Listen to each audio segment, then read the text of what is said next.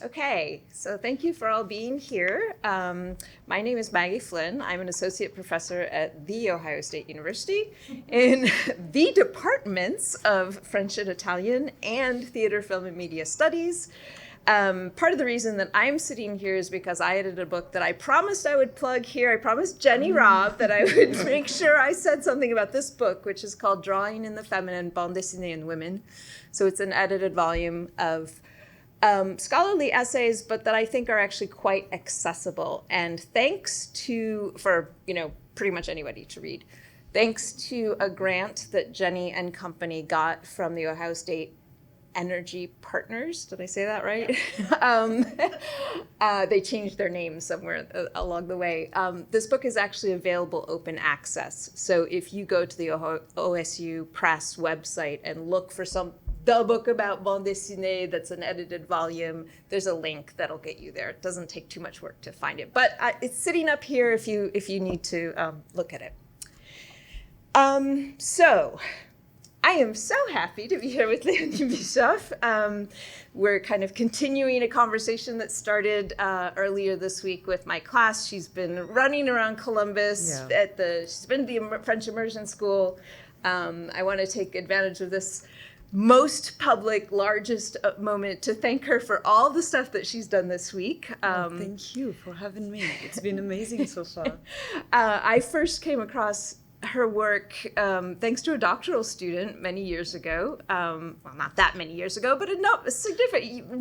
There was only one volume of what became a trilogy of adapted three, what do we call them in English? Policier, crime novels by Camilla Lackberg, the great Scandi noir writer. And so that's kind of they've kind of got her four main book covers up here. Anaïs Nin is the book that is translated into English already and available. And La Longue Marche des Dindes, the Long Turkey March, is that the English title? The Great Turkey March. The Great Turkey March is going to be available next month, and that's a children's book. Well, young, tween. Starting 10, 12. Yeah. So she will have, as of next month, 2 books available, and I do not want to forget. This beautiful, beautiful book about Anaïs Nin is available here at the Fantagraphics table, and Léonie will be signing up at their table, which is when you first go into the exhibition space. It's the first. They're right there. Hard to miss them. So these books have been winning prizes. It's a kind of long list of all sorts of European, Swiss, Belgian organizations that I'm not sure would be that impressive to you, so I'm just going to say it's really impressive. She's really doing well, and we're very lucky to have her.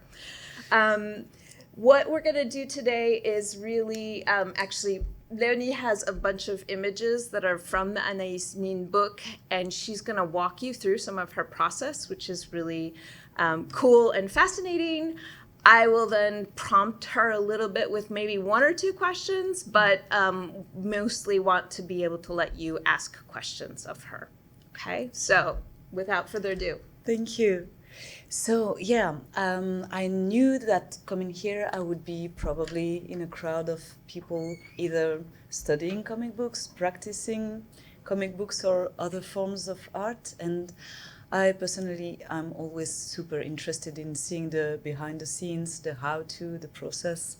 So that's why I chose to bring a selection of images that illustrate the way I followed to make this book happen. It's been a very long process. I've been in love with Anaïs Nin's work for a long time. Does any of you have no idea who Anaïs is, so that I can just give a little bit of context? Okay, so I will try to be brief. She was a writer born in 1904, died in 1977, of French, Spanish, Danish, and American origins, born in Brussels, and she moved to New York when she was 11 after her parents split up. Father was a very famous pianist. Mother used to be an opera singer, but as with many women at the time, it was not encouraged to have a career, especially an artistic one. So she stopped and was bitter forever. And so she, Anaïs, started writing letters to her father when her parents split up and she moved to New York. And the mother would not let her send the letters. She was very mad at the father. And so she kept the letters, and since she was not sending them, she started writing them in a book instead of on free paper. And that eventually became a journal, a diary that she would keep every day, and she did that all her life. She edited the journal, had it published in different versions. Some were expurged, so she took out the names. She even took out her husband for the first version that were published when everyone concerned was alive. Later, after her death, some unexpurged versions of the diaries were published and are available now. But even those unexpurged versions are actually very much edited. They are kind of a piece of art and not just a truthful recollection of her life. And she has been called a liar many times. She has a way of playing with reality that I find extremely interesting. So the journal it's for me her masterpiece.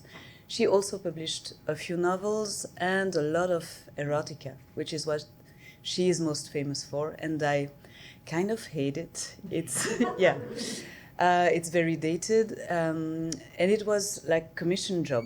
There was a mysterious commissioner, a rich person who would. He wanted to read well-written pornography, which was not easily available at that time. So he commissioned Henry Miller, he commissioned other artists, and Henry Miller eventually got bored of even that job, and so he gave it to Anaïs, who would write erotica, and most of it is very disturbing. It's very always involving taboo subjects like pedophilia, incest, all kinds of really icky stuff, and not with the...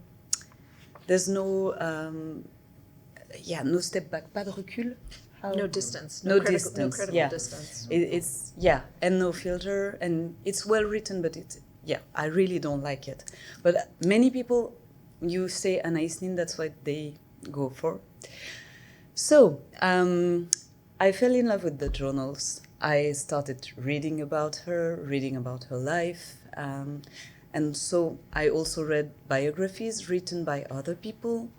And I was very shocked and very disappointed in how their vision of her was extremely judgmental, extremely Judeo-Christian, and absolutely not up to date with how we think about feminism, how we think about different forms of voices, different gender expressions, and everything was very normative and very judgmental.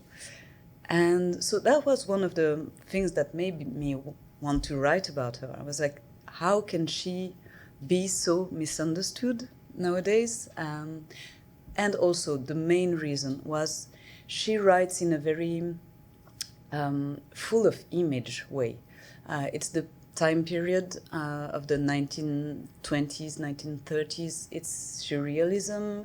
It's the beginning of psychoanalysis and the study of dreams, a lot of symbolism. So all that is very present in her writing, and so she writes with many dreamlike images, many weird, sometimes parallels to express emotions, to express feelings. And that was one of her main focus, to find a way to express things in a way she had not read before. And that was really attracted me to her work, because two of her main focus are on creativity struggles, how to create, vast subject, and love relationships and how to find satisfying form of loving relationships. So those two questions were very present on my mind too. And even with almost a century in between her writing and my reading. She had a very contemporary way, very, accurate for my vision and my experience. And I was very surprised by that. So I started taking notes and I started thinking, how am I gonna put all that? She wrote like 135,000 pages, I think. I didn't read everything, but I read a lot of it. So yeah, how do I select? How do I focus? So yeah, a lot of taking notes in a lot of notebooks. That was first step. Second step, those are parallel processes, but collecting images. I'm lucky with that she was photographed a lot. She loved to pose. She had been a model for painters also when she was younger.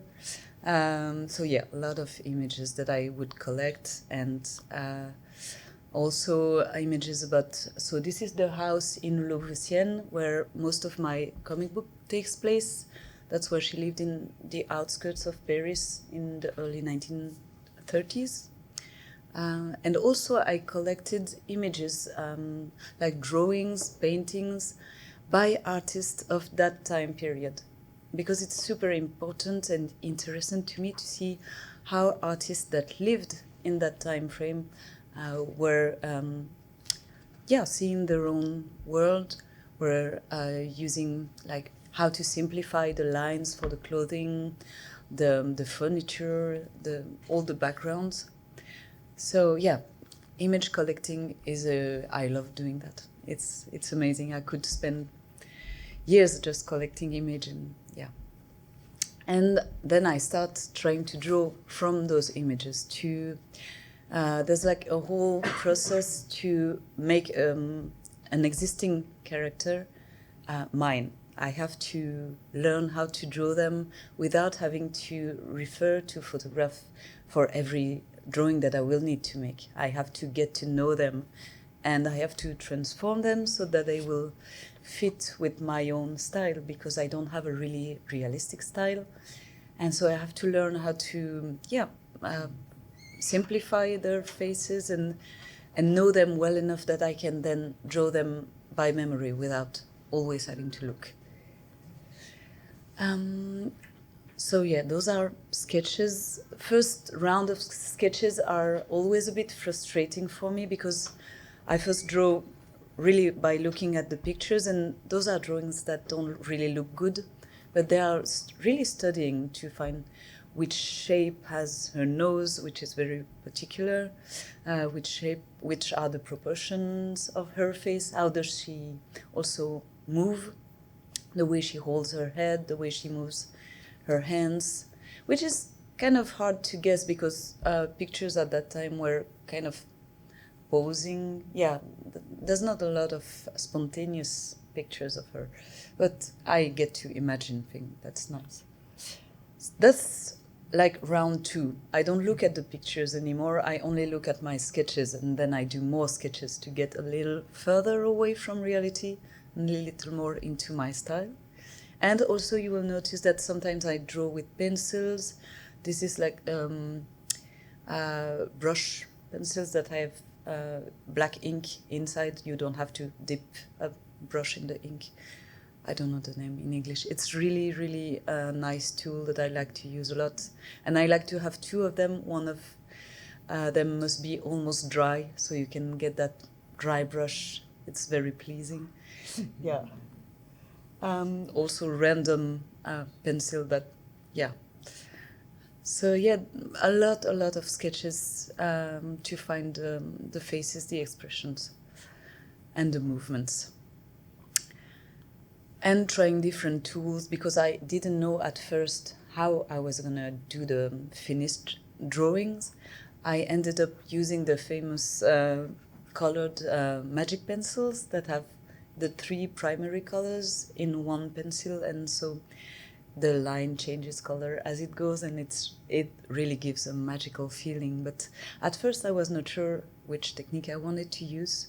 So yeah, you can see this is like black, very greasy pencils, ink, pencils plus Photoshop coloring, and this is the magic pencil plus Photoshop coloring. So yeah, a lot of trying out. And at the same time that I try to find my technique, I will try to write the screenplay, the scenario. And it took me a lot of time because her life is so vast. And so first step is writing with words, which I then take notes by hand on the same page.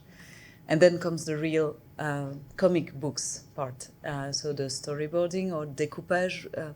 We call that découpage in French, which means cutting off, and which I think is really interesting because I often end up actually cutting strips from one version of the page, pasting it on a new one because only one of the 3 or 4 strips works, and then I will draw around so that I don't have to draw it again.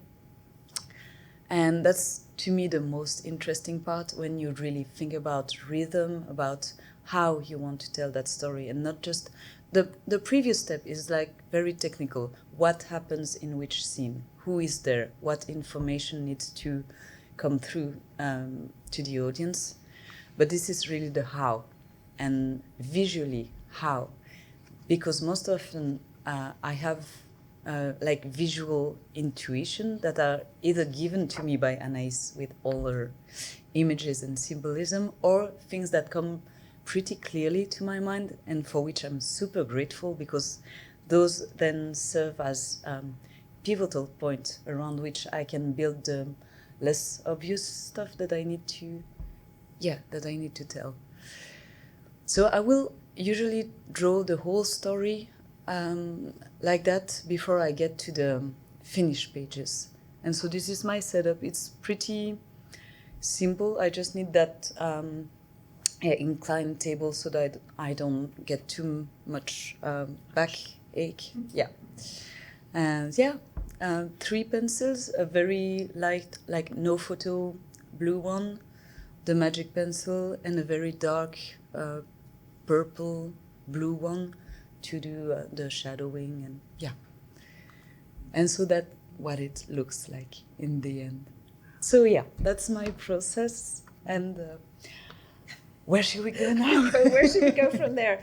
Well, I wanted to kind of just for their benefit, remark that that écriture automatique or automatic writing was a very big deal in this time period that she's representing here.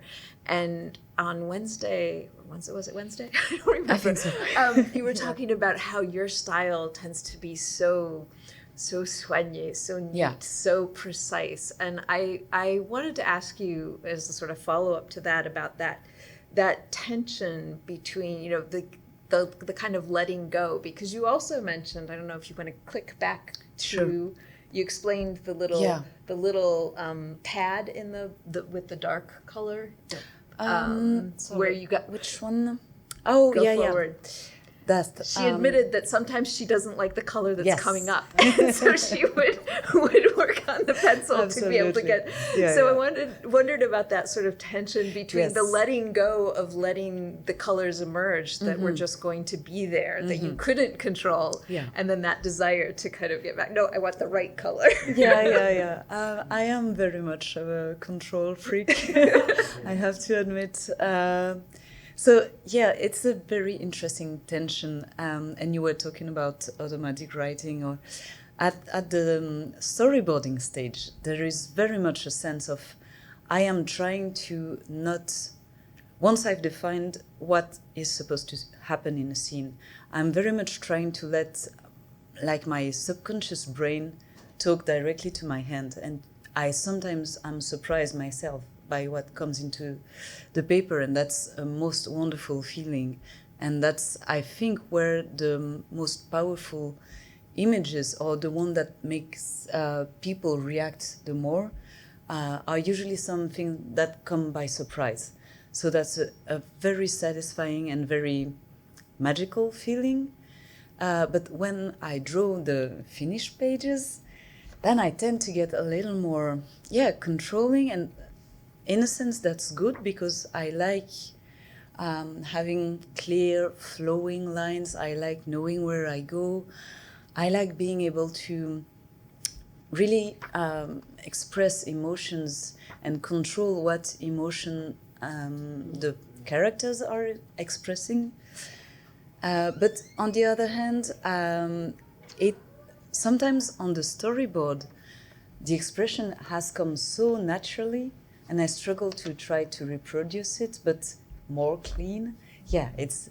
I think it's a huge struggle for every cartoonist. How do you keep the expressivity, the spontaneity of your rough sketches, but have them match a clean style that can be printed?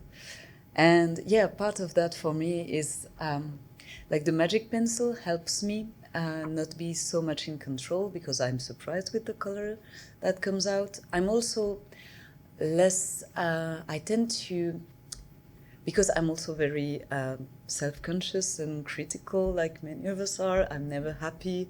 I'm always hoping to be better at drawing. And this magic pencil always looks pretty. So I'm less vexed. I'm less annoyed with my drawing. And so I can go on for longer. But yeah, sometimes I like, especially with the yellow tone, that's really, really light. I will go to that piece of paper, yeah, to find it. Or I have 2 or 3 pencils at the same time. Also, it gets the, you have to sharpen it a lot. So I'd rather sharpen 10 of them in a row and then can just switch so that I don't interrupt my flow. Yeah. I used to do that when I was grading. Yeah. Back before we had to do everything online. Yeah. So that bit of the letting go, I think it was you shared a really good anecdote the other day about your studio mates encouraging you in some of that letting go. Yeah, in terms of choice unfortunately of don't have the page on the computer, but yeah, I very much have that kind of very school-like mentality of there are steps in the process that I have to follow. One of the steps sometimes is sketching. And so it's the scene where, for those who have read the book, Anaïs Nin is learning flamenco dancing, Spanish dancing. And it's something that is very sensual, very expressive. And so I was watching vintage videos of people in the 1940s, I think, dancing flamenco with full costumes, everything. And I was sketching with my magic pencils. Very fast sketching because I was trying not to pause the video and to go with the movement. And those were meant to be used as reference for future clean drawing. And 2 of my studio mates came over and were like, oh, those drawings are so nice. And I was like, yeah, they are sketches. And no, you have to keep them. You should put them in the book just as they are. That would look so cool. And I was really resisting that. Yeah. Like, no, those are not finished enough. And I went for it. And I went to my editor, who was a wonderful woman. And she clearly was on their side, and she said, yeah, keep it just like that, it's perfect. So, yeah, sometimes I have to learn not to do so much, not to try to go to something that's so finished. Yeah, that's a long process. Well, that gives the dance an ethereal quality. Yes, and dance is a succession of movement, it's not one pose. And yeah, that's an interesting parallel with comic books. You don't focus on one drawing. You want the flow. You want to read. You want to the images feeding onto it one another. And dancing is like that. It's not just one pose. You have to have the one before and the one after. Right? So yeah.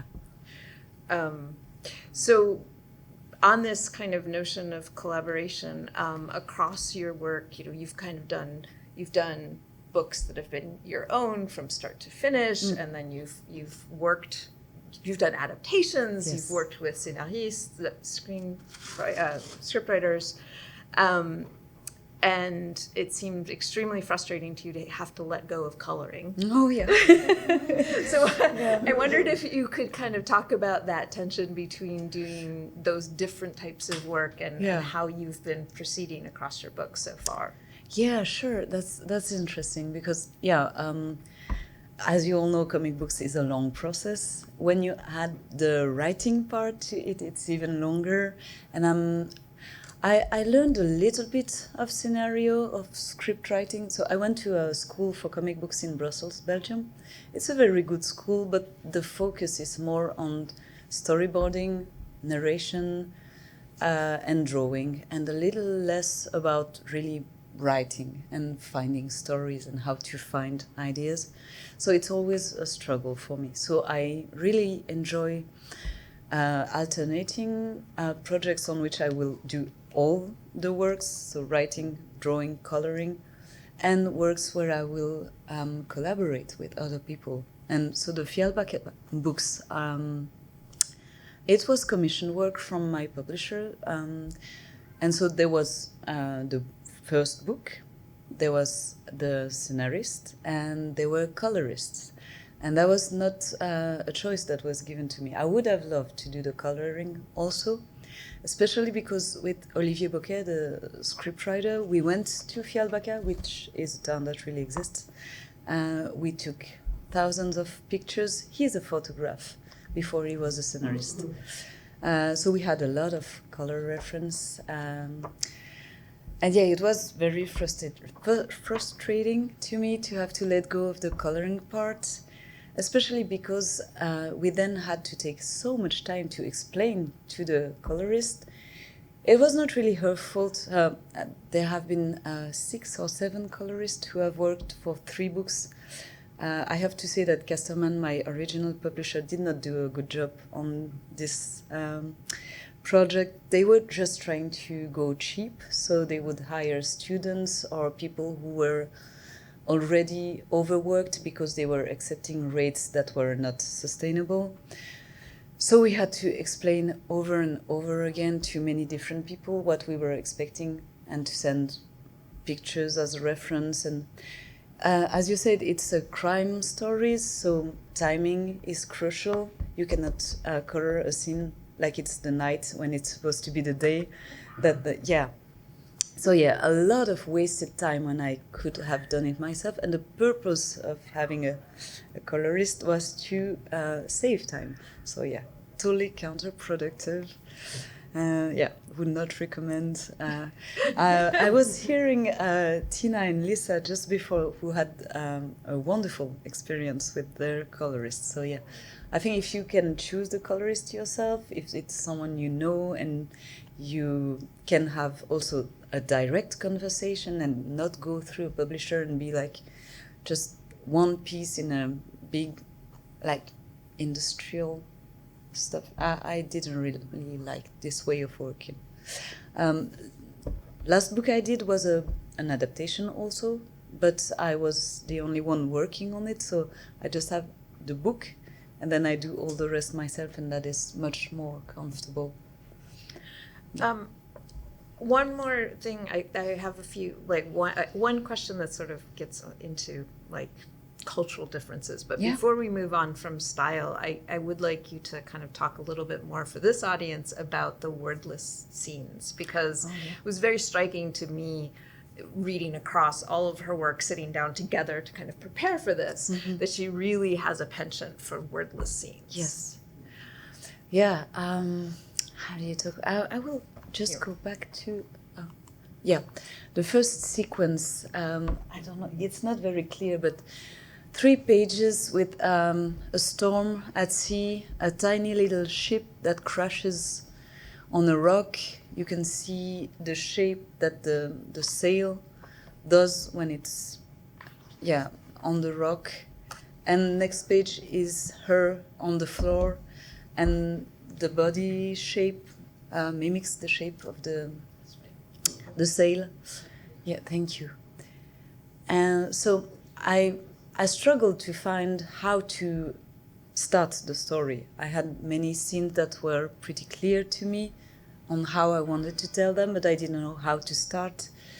And so yeah, this silent sequence, I think, expresses a lot and draws people in immediately in something that is both a bit scary, also very intimate, and that I think everyone can project their own feeling, their own. You would guess, you would have a guess of what she's going through, just with that, rather than having to explain. She's a young writer, she's struggling, it's very frustrating for her. Scenes like that use like natural elements that we culturally associate emotions with. Like a storm is a very common image to express trouble, inner,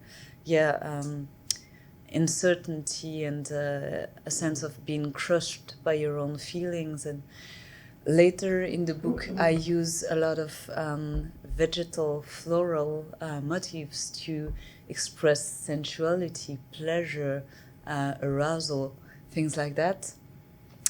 And those are all images that Anaïs provided me with. But in other works that I've made, I tend naturally to go to the silent scenes as many times as I can. I think comic books is a really great way, a really great medium to explore silent sequence, because you can play with so many things, be it the shapes of the panels, the number of panels, the colors, like how close or far away you are from the characters. And I think you can really tell a lot without using words. And then when you choose to reintroduce words, it makes a lot more sense, or it can mean a lot more. Yeah, and you see that you opened the page about the broken mirrors. That fracturing of the shipwreck at the beginning gets picked up later in this kind of fractured glass image where Anaïs is reflected many times. And it's sometimes images that can seem very cliche or even a little bit corny, but depending on how you bring them into the story and how you... to me, it's not in the end a corny sequence. No. I felt like it worked, and it symbolizes something very hard and very, a pivotal moment in her life. And to have not only glass that is broken, but a mirror, and she's trying to look at herself, but seeing how shattered she is. To me, that was very powerful. Yeah, I mean, you make it work extremely well. I mean, there's a lot about this as someone coming from a literary studies background way back that it's so psychoanalytic. It begs for it, and that can seem so cliche, and yet there's nothing about the reading experience of this book that feels cliche to me anyway. So that's good. So this kind of last question that I had was to wonder if there was anything that you would feel like you'd want to share about the kind of different structural and labor relations. There have been a number of kind of clashes in the francophone world in recent years. You are a member of the collectif des créatrices de bande dessinée contre le sexisme, so a feminist comics artists group. So you're politically active as an artist, and that's just whatever you would want to say about that minefield of things. We are living a very interesting time in French-speaking European countries right now around those issues, also around the whole us being very solitary workers and trying to kind of unionize, even if we are not employed, but to have groups that can represent our interests when laws are changing, laws are made. Because, for example, the publishers have had unions for centuries, and they actually wrote the laws, like the publishing laws have been written by them, and against our best interests. Yeah, a lot of time. There's a lot of things changing. Like when I went to comic book school 20 years ago, there were 55 of us and only 5 women. And now it's almost half of the persons attending are at least not identifying as male, which is a huge change. And we can see that also in the publishing world, there are many more women publishers. In the journalism specialist in comic books, they also have a much greater variety of diversity. So yeah, things are changing also thanks to like the Collectif des Créatrices is a movement that was initiated by Angoulême resident and Parisian authors in reaction to a lot of practices. Like big institution like the Festival of Angoulême is the biggest in French-speaking countries. It gets a lot of attention, and each year they will have a pre-selection of 30 famous cartoonists from all over the world, and they would be up for voting for best cartoonist or like a grand prize, for an award for the whole life career. And I guess it was 2016. Yeah. 2016.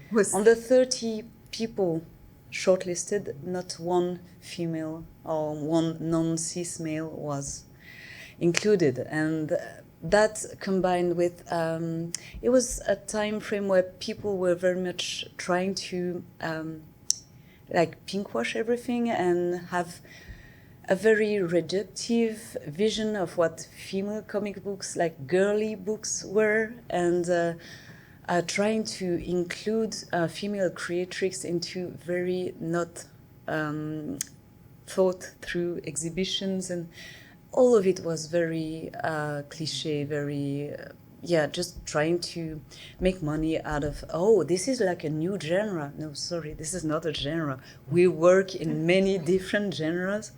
And the collective had a lot of very interesting and funny happening in Angoulême, like an event where they would project images randomly picked from books by a number of people, and the audience had pink and blue little panels that they would vote. Do you think has that page been drawn by a male or a female artist? And it was very clear that no one could tell, and that the vote was influenced basically on, is there a car on the page? Is there a focus on shoes on the page?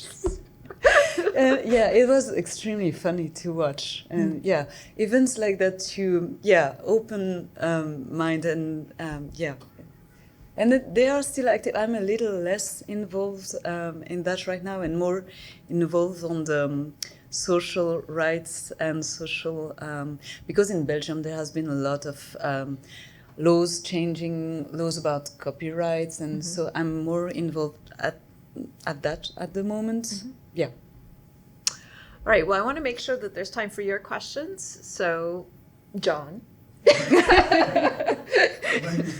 No, you don't have to. Anyone. I have a simple question. How did you choose the title of the book? Oh, it's a good one. Lies are such an important part of her life, and she reclaims the word lie as something positive, and it's usually perceived as something very negative. But to her, it's a way to live the life she needs personally to experience without hurting her husband, without hurting the many people she's involved with. Because, I didn't say that, but she had a lot of loving or sexual relationships experience that were overlapping. She was kind of almost a polyamorous, but with the exception that she would use lies a lot, and you're not supposed to do that in polyamory. I think her husband was more polyamorous because he was really understanding that she needed those many relationships to be able to explore the many facets of her persona. And so, yeah, the image of the sea, the depths, the sea is something you can travel on, but you can also drown in. So, yeah, the sea and the lying were two very important themes to me. And I don't know exactly how it came. And at first, my publisher thought it was a little bit too negative, and maybe the audience would not react well to it. But the person, the woman who works closer to me at the publishing house, voted for it, and yeah, I'm glad that we kept it. Yeah. So on your screenplays, it shows you have like the pacing blocked out by pages for this section and this section.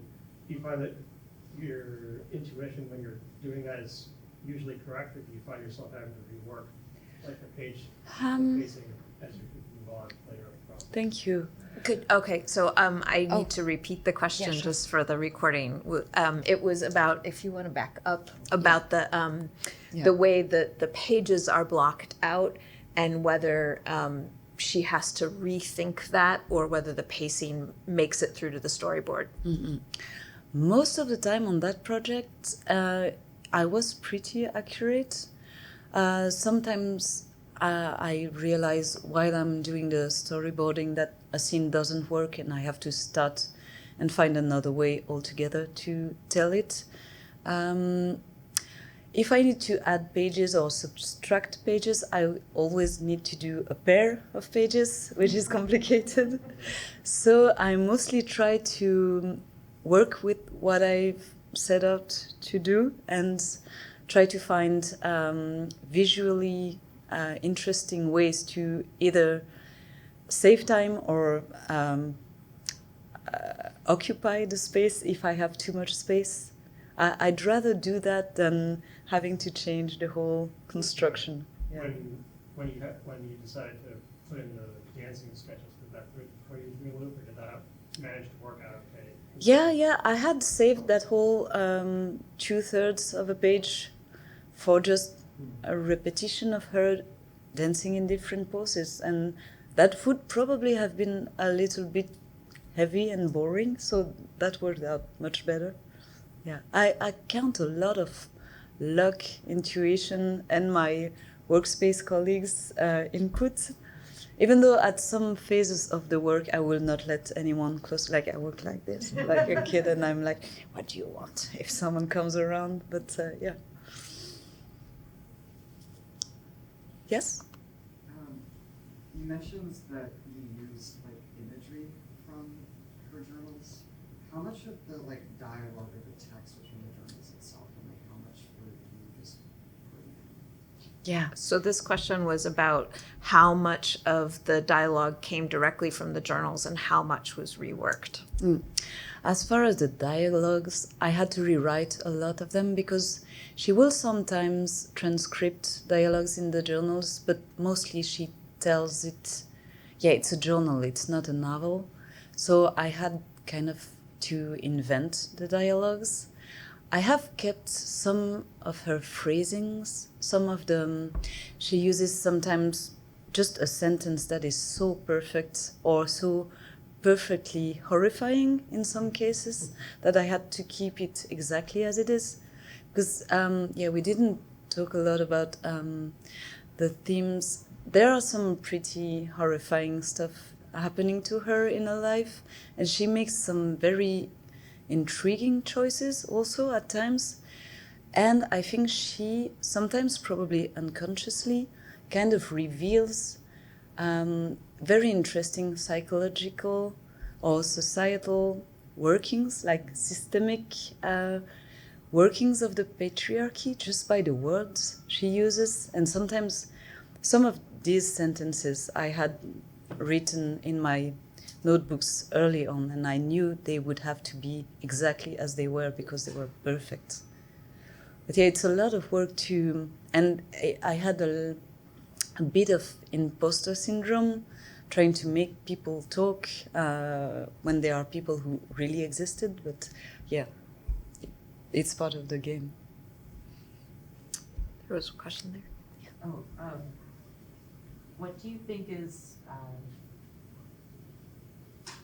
important to keep in mind when you're adapting a historical story like this? Oh. So this question was about adapting a historical story, and I would add on that because she's both a very well-known person, but also not well-known, and there is, you know, this is a kind of poster child for trigger warnings and content. I mean, this is, that was a huge part of my process, trying to, choose what to put my focus on. And so I tried to stay very close to the way she expresses her thing. So that was one very important point for me, was to stay with the emotions and the way she tells her own story, even though, of course, I have my vision of it and my background that influences it. I also tried to stay true to the other characters, the ones like Henry Miller's. We have a lot of their letters to each other. So I was trying to stay kind of truthful to his character. And trying to give a sense of the backgrounds, clothing, the atmosphere of the time period, because I think that adds a lot of charm and context. But also I'm not a very realistic drawer, so I could kind of, it's always more the atmosphere for me than the truth, hard reality. So, as someone who has French speakers in their family, I know that like when it comes to language, there can be a divide sometimes between like phrases that exist in one language but not really in the other. So I kind of just wanted to hear about your experience when it came to translating this book. Yeah, so I didn't do the translation myself. I'm not good enough in English to do that. So, what is very interesting is that Anaïs spoke 3 languages, so French, Spanish, and English, but she was not completely fluent in either of those languages. She always had an accent. She always did like grammar error, and I read part of her journals translated to French, part of them in the original English version. And so there's a back and forth going on, and some of the sentences that I loved the most were better in English, but I had to use the French translation for the original publishing because in France, not a lot of people read English. And at first I was talking with my publisher about doing kind of a bilingual book because there's a lot of play on that. When she lived in Paris, her and her husband have a lot of French-speaking friends, and there's a bit of Spanish here and there, and there's a whole thing with accents, and like Anaïs is really not an easy name to pronounce for English, and it very quickly becomes something vulgar or something you can make jokes about, and she was the target of a lot of jokes. There's I'm very happy with the English translation, and as far as I'm concerned, it's perfect. And I don't know how much Jenna went back to the original journals to take sentences, or if she translated from my version. I'm not really sure about that. We probably have time for one more question. Maybe 2, depend upon the size of the question. Jenny? I'm curious about which cartoonists or other artists influenced your work. Oh, yeah, so many of them. So I grew up... That was an question about influence. Yes.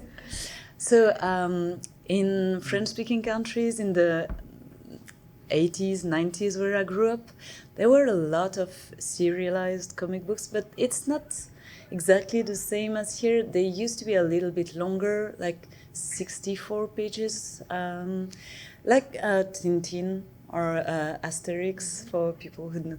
So that's the classic Franco-Belge format. And at the time, I loved Loisel, which did a book called La Quête de l'Oiseau du Temps. It's like fantasy. with very amazing drawings, and also Torgal, which is about Viking. It was all very manly, and yeah. But that clearly influenced my style. And then later on, I think it was mostly painters. I went to art school, so I studied a lot of paintings, and then the whole French movement of l'association, much more black and white, much more focused on story and longer form graphic novels, and yeah, that was huge for me. All right. At the Thank end. you so Thank much you. again, Léonie. And Thanks. I need, well, clap. And I want to remind all of you that not only will Léonie be signing books up at the Fantagraphics table now, tomorrow at 1 o'clock, 1 to 2 o'clock, there's a panel on color using pencils. Yeah. That Ben is moderating. Yes. Magic pencils. Well,